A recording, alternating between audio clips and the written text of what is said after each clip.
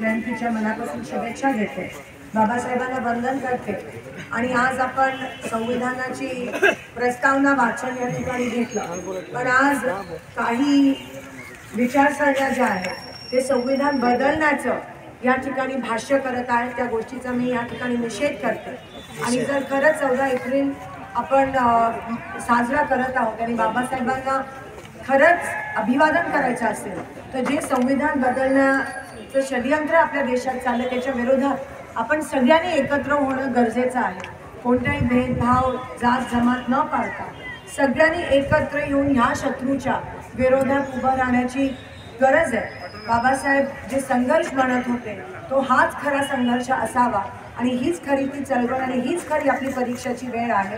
कारण का जर बाबासाहेबांनी आपल्याला दिलेल्या संविधानाचे बदलण्याचं कोण भाष्य करत असेल तर आता आपण त्याच्या विरोधात सगळ्यांनी एकवट होणं गरजेचं आहे।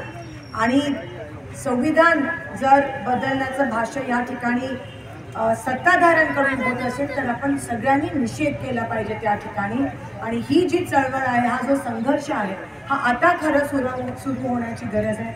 त्यासाठीच आपण मला या छोट्याशा कार्यक्रमासाठी बोलवलं, पण हे ठिकठिकाणी झालं पाहिजे की संविधानाची प्रस्तावना वाचून वचन घेणं गरजेचं आहे की आम्ही संविधान बदलू देणार नाही। जोपर्यंत आम्ही जिवंत आहोत, जोपर्यंत बाबासाहेबांचे विचार जिवंत आहेत, तोपर्यंत कोण असं कडकारस्थान करत असेल तर आपण ठामपणे त्याच्या विरोधात ही भूमिका घेणं गरजेचं आहे। कारण का उद्या संविधानच राहिलं नाही तर लोकशाही राहणार नाही, आणि लोकशाही राहिली नाही तर हे देश ह्या विकृत मानसिकतेच्या लोकांच्या हातात जाईल आणि देशच राहणार नाही। म्हणून ही खरी परीक्षा आहे आणि आपण सगळेजण आज खरं अभिवादन करायचं असेल तर सगळ्यांनी ही शपथ घेणं गरजेचं आहे। जय भीम, जय संविधान बचाओ, संविधान बचाओ, परमपूज्य डॉक्टर बाबासाहेब आंबेडकरांचा, परमपूज्य डॉक्टर बाबासाहेब आंबेडकर।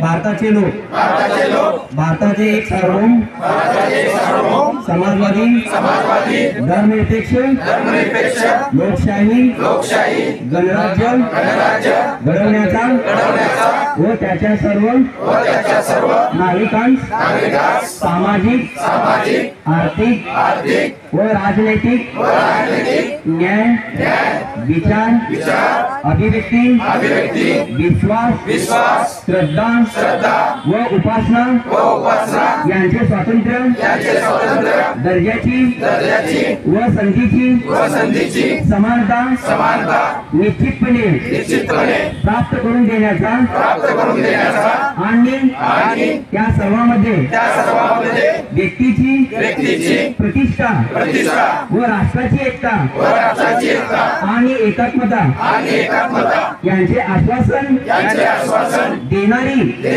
बंधुता प्रवर्धित करण्याचा संकल्पपूर्वक निर्धार करून आमच्या संविधान सभेत आज दिनांक 26 नोव्हेंबर 1949 रोजी याद्वारे हे संविधान अंगीकृत आणि अधिनियमित करून स्वतः अर्पण करीत आहोत।